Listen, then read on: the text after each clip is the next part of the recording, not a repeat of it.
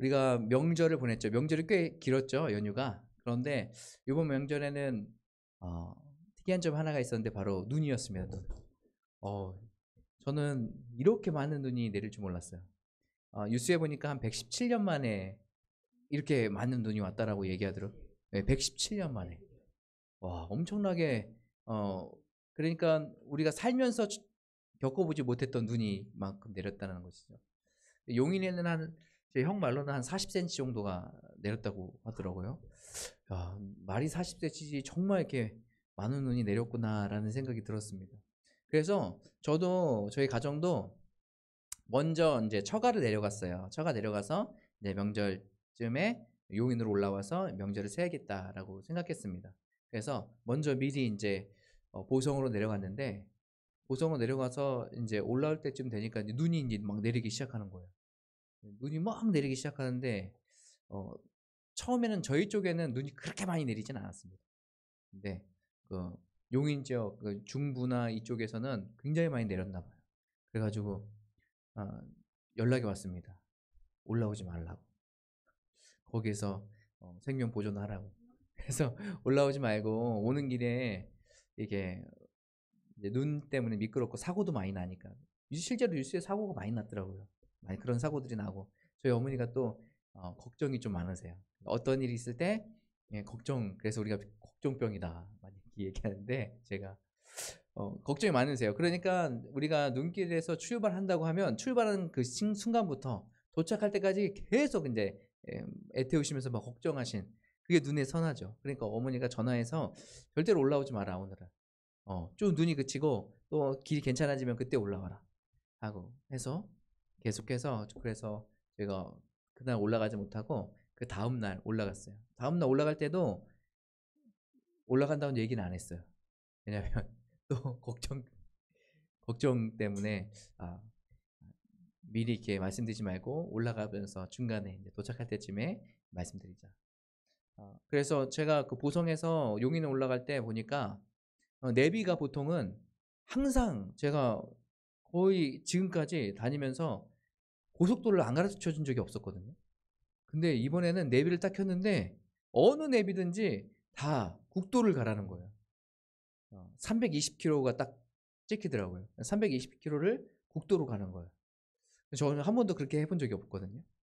근데 이제 그 내비를 따라서 이제 갔는데 물론 그 내비를 따라가면서 많이 막히기도 했습니다. 많이 막히기도 했는데 그 길을 따라서 가니까 그래도 좀 더 고속도로보다 좀 빠르겠다는 생각이 들더라고요. 그래서 갔는데 용인까지 도착하는데 한 8시간이 좀 넘게 걸렸어요. 8시간 반 정도? 8시간 반 정도를 제가 국도 운전을 한 건 처음이었습니다. 근데 나름 경치도 좋더라고요. 경치 딱 보면서 단양 쪽에 지나올 때는 경치도 너무 좋고 와, 또 거기 이제 강도 막 흘러요. 강이 흐르는데 너무 멋있어요.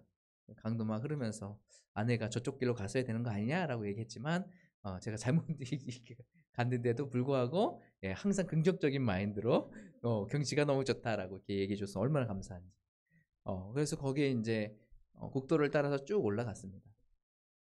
뉴스를 보면 이렇게 거의 재난 같은 일이 벌어질 때 길을 안내할 때에도 어디는 가지 말라라고 계속해서 뉴스에 이제 속보로 떠요. 그래서 어디가 통제됐고 어디 있으니까 여기를 우회해라라는 것에 대해서 계속해서 이야기를 해주죠.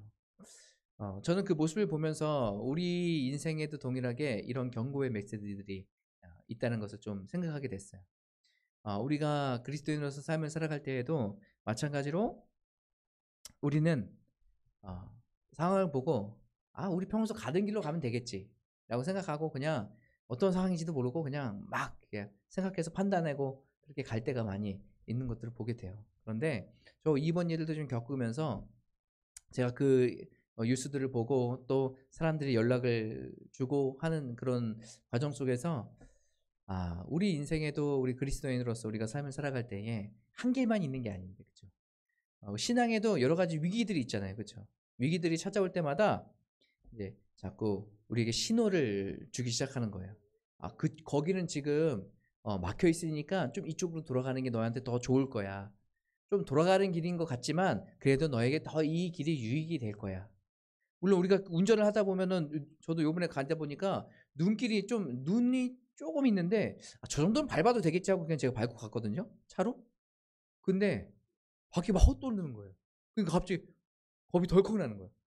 그래서 그다음부터는 눈이 조금만 있어도 그냥 옆으로 막 다 피해 다니고 그랬어요.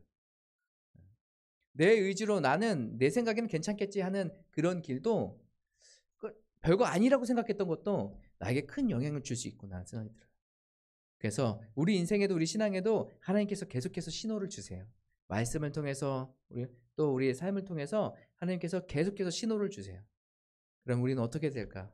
그러니까 하나님의 음성을 듣고 따라가는 우리가 되지 않을까 생각됩니다. 예전에 이랬으니까 이렇게 가면 되겠지가 아니라 그 순간에도 예전에 이런 길이 있지만 하나님께서 이 신호를 주시는구나 라고 생각하고 그것을 듣고 그럼 하나님의 뜻이 무엇인가, 하나님의 길이 무엇인가 를 다시 한번 생각하고 기도하고 여러분 그 길을 따라서 가는 저와 여러분 되셨으면 좋겠어요. 오늘부터 우리가 마가복음을 이제 묵상하게 되고 오늘은 마가복음을 여러분과 같이 말씀을 나누게 됩니다. 여러분 이 마가복음은요, 이 읽혀지는 그 대상이 누구였냐면 이 대상이 로마에 있는 그리스도인들이었어요. 이 마가복음이 AD 65년에서 70년 이 사이에 쓰여졌다라고 이렇게 이야기하는데요. 이때가 어떤 때였냐면 그 로마에 큰 불이 났었어요. 큰 불이 났는데 보니까 누구 짓이야 했는데 아무도 못 찾는 거예요. 못 찾으니까 다 그 화살이 누구에게 갑니까? 황제에게 가는 거예요. 로마 황제에게. 그래서 누군가는 지목을 해야 되는데 범인을. 근데 이게 엄청난 사건이고 하니까 누굴 지목했냐면 그리스도인들을 지목했어요. 그리스도를 믿는 사람들, 그 사람들 얘네들이 방화를 불을 질렀다라고 한 거예요. 그러니까 그때부터 모든 분노가 어디로 쏟아지는 거예요? 그리스도인들에게 쏟아지는 거예요. 그때부터 엄청난 박해가 시작됩니다. 많은 사람들이 죽어갔어요.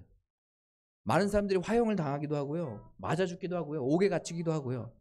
지금 이런 어려운 시기 가운데 있었던 이 로마에 있던 그리스도인들에게 지금 뭘 하고 있냐면 마가가 마가복음을 통해서 그들에게 복음을 전하고 있는 거예요. 이때 당시에 이 로마 사람들이 그 고난과 박해를 받고 있던 그리스도인들이 어떠한 생각을 갖고 있었겠습니까? 우리 아무 잘못 없었잖아요. 잘못 안 했는데 지금 모함당해가지고 지금 우리가 지금 박해를 당하고 있는 것 아니겠습니까? 이랬을 때 하나님을 믿는 사람들, 예수님을 믿는 사람들은 어떻게 생각했을까요? 내 옆 사람이 죽어가고 내 가족이 죽어가는 그 모습을 보면서 무엇을 생각하고 있을까요? 하나님 계세요? 하나님 어디 계세요?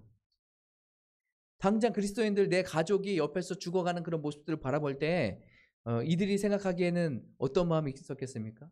하나님 도대체 어디 계십니까? 왜 아무 역사도 일어나지 않는 겁니까? 왜 그리스도를 믿는 사람들이 신앙을 지키며 삶을 살아가는 그런 사람들이 이렇게 박해를 당하고 죽어가야 되는 것입니까? 이런 상황 가운데 있을 때 쓰여졌던 이 복음서가 바로 마가복음이에요. 그럼 마가복음이요, 사복음서 중에 제일 먼저 쓰여졌던 복음서거든요. 그리고 이 마가복음이 쓰여질 때는요, 베드로 전후서도 같이 쓰여졌던 그 시기인 거예요. 이 시기에 그러면 이 마가는 이 복음서를 쓰면서 무엇을 이야기하고 있는 것인가? 그 그리스도인들에게 중요한 핵심이 있거든요. 그것은 바로 복음이고 예수 그리스도께서 이 땅 가운데 오셨을 때 무엇을 하기 위해서 오셨냐? 예수 그리스도의 그 희생을 이야기합니다.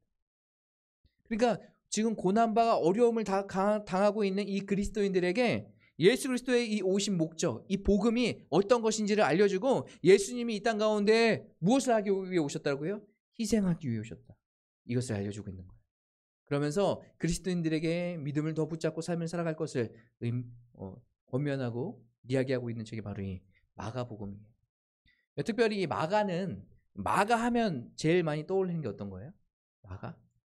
마라트? 마가 하면 우리 마가의 다락방 생각나지 않으세요? 마가는 예수님의 12제자에 포함될까요? 포함되지 않을까요? 마가 예수님의 12제자에 포함될까요? 안 될까요? 안 될 것 같아요? 마가복음인데 누가복음은 누가 되고 요한복음 요한 맞고 마태복음 마태 맞잖아요.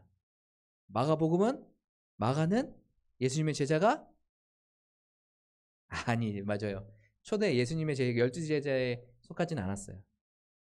마가는요, 그 주변에서 같이 함께 동역했던 사람이고, 특별히 마가는 이 베드로 있죠, 베드로.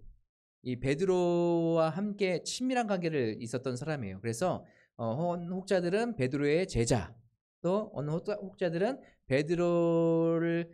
베드로가 어디 가서 말씀을 전할 때 이 마가가 가서 통역을 했다라고 얘기해요. 통역관이라고 얘기해요.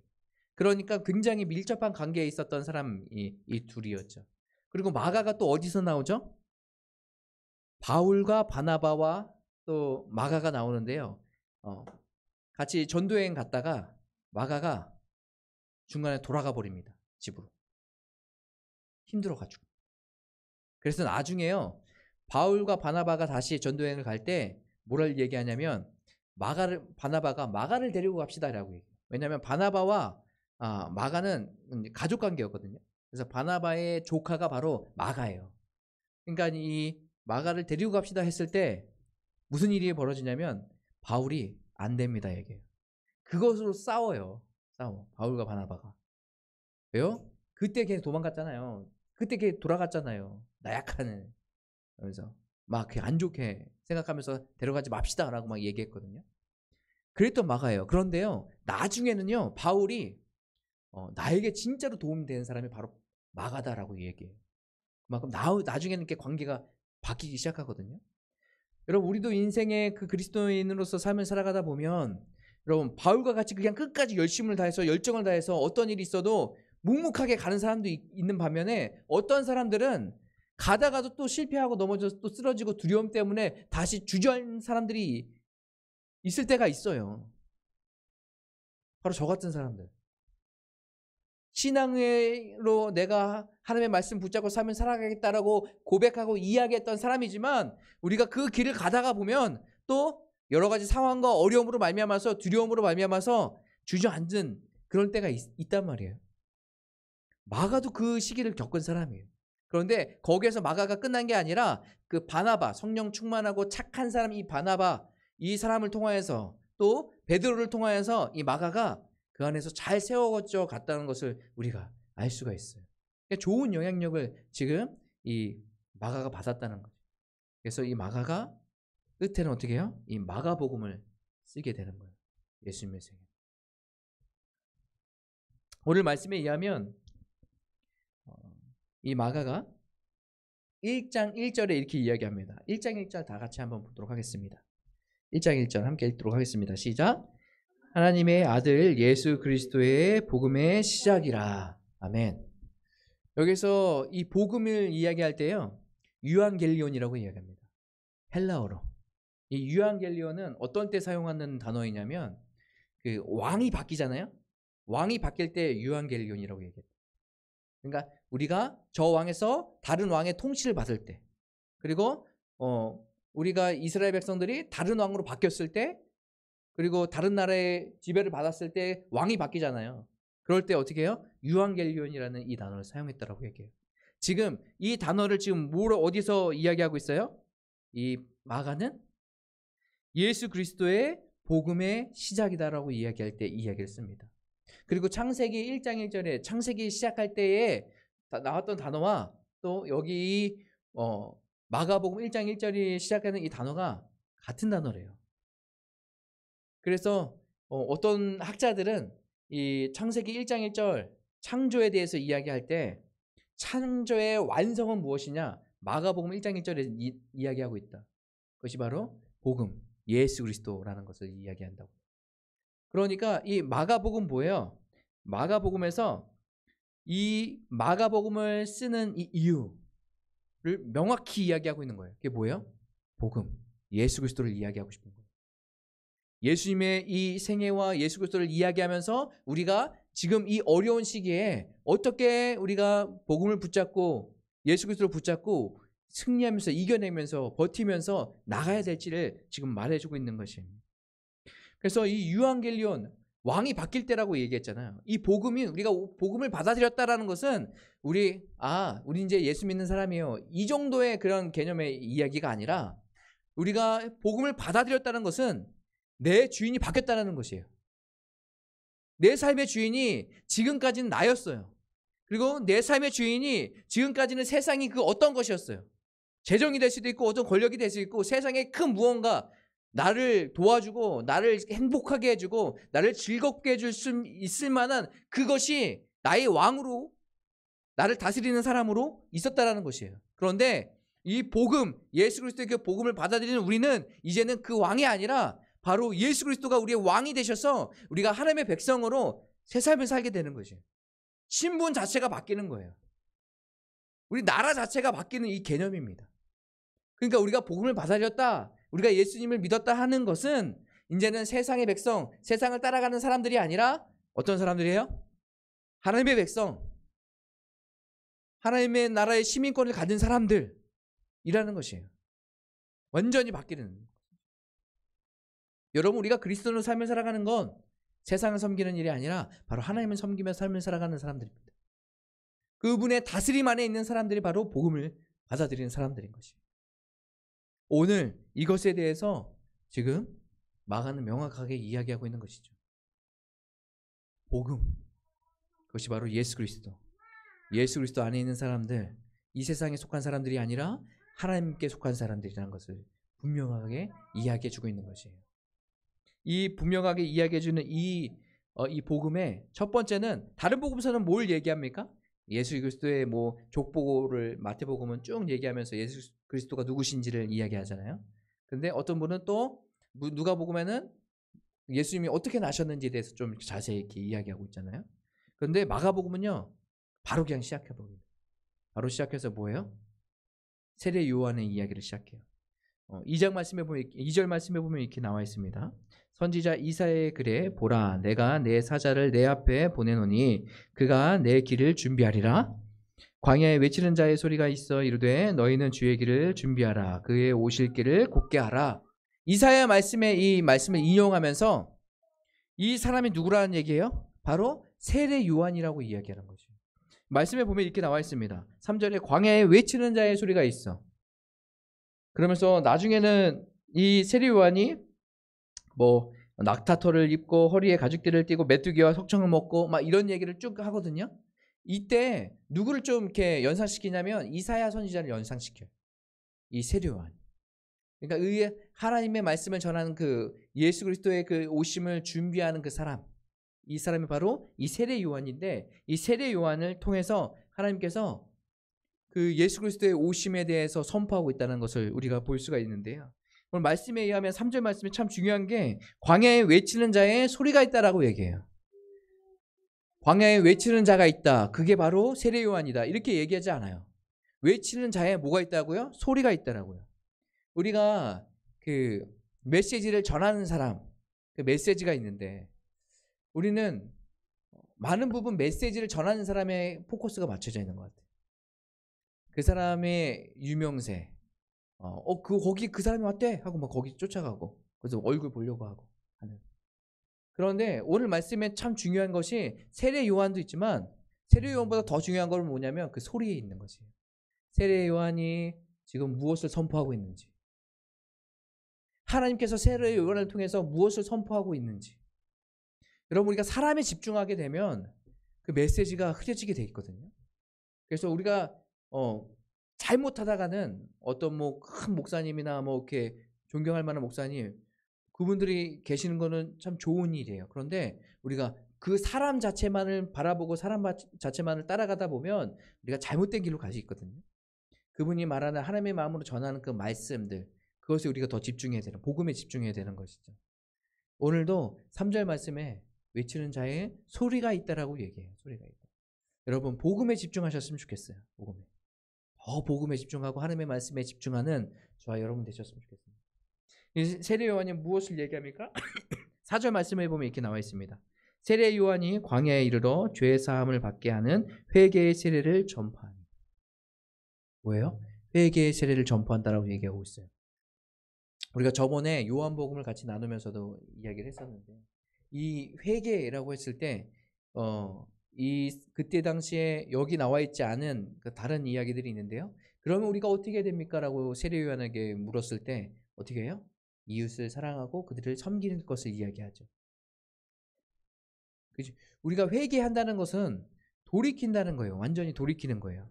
오늘 말씀 그 회개 그 원어의 뜻에는 생각을 바꾸다라는 뜻이 있어요. 생각을 바꾸는 거. 메타노이아라는 그런 이 헬라어가 있는데요. 마음 그리고 생각을 변화하는 거, 그 죄에서 우리가 다시 돌이켜서 우리가 돌아가는 것, 이것을 의미해요. 그러니까 여기에서 중요한 것은 우리가 쉽게 이야기하면 우리가 회개라는 것은 아버지께로 돌아가는 것이다 라고 생각하시면 돼요. 여러분 그 돌아온 탕자에 대한 이야기가 있잖아요. 둘째 아들이 어떻게 합니까? 아버지한테 아버지 어차피 나중에 돌아가시면 재산 나한테 다 반 정도 주실 텐데 그거 그때 주지 말고 나 지금 사용하고 싶으니까 지금 주세요 하고 아버지한테 얘기해서 아버지한테 그 재산 받아가지고 가서 허랑방탕하게 살다가 다 탕진해 버리잖아요. 그래서 이제 거지꼴이 돼가지고 어떻게 해요? 난 이렇게 살다가 죽겠구나라고 생각하다가 이럴 바에는 그냥 아버지께 돌아가자. 거기서 그냥 종으로 사는 게 낫겠다. 아버지께 돌아가서 종으로라도 그냥 살면 내가 지금보다는 낫겠지 하고 다시 돌아가요. 그래서 아버지께로 가요. 이것이 바로 뭐예요? 회개라는 것이에요. 회개. 돌이켜서 우리의 마음을 돌이켜서 주님을 바라보게 시작하고 주님을 만나고 그분 품 안에 가는 건 다시 한번 아들로의 그 삶이 회복되는 건 이것이 바로 회개예요. 회개. 그러니까 우리 잘못했고 이런 것들도 있는데 잘못한 거 후회하는 것 이런 것들 하나님 앞에 다 내려놓고 이 말뿐만 아니라 무엇까지도 우리 같이 함께 가야 되는 것이에요. 행동까지도 가지. 난 이런 사람이었네 라고 여기서 그냥 끝나는 게 아니라 하나님 내가 죄인입니다 라고 다시 한번 주님께로 돌이켜서 우리의 마음을 주님께 드리고 주님께로 다가가는 거예요.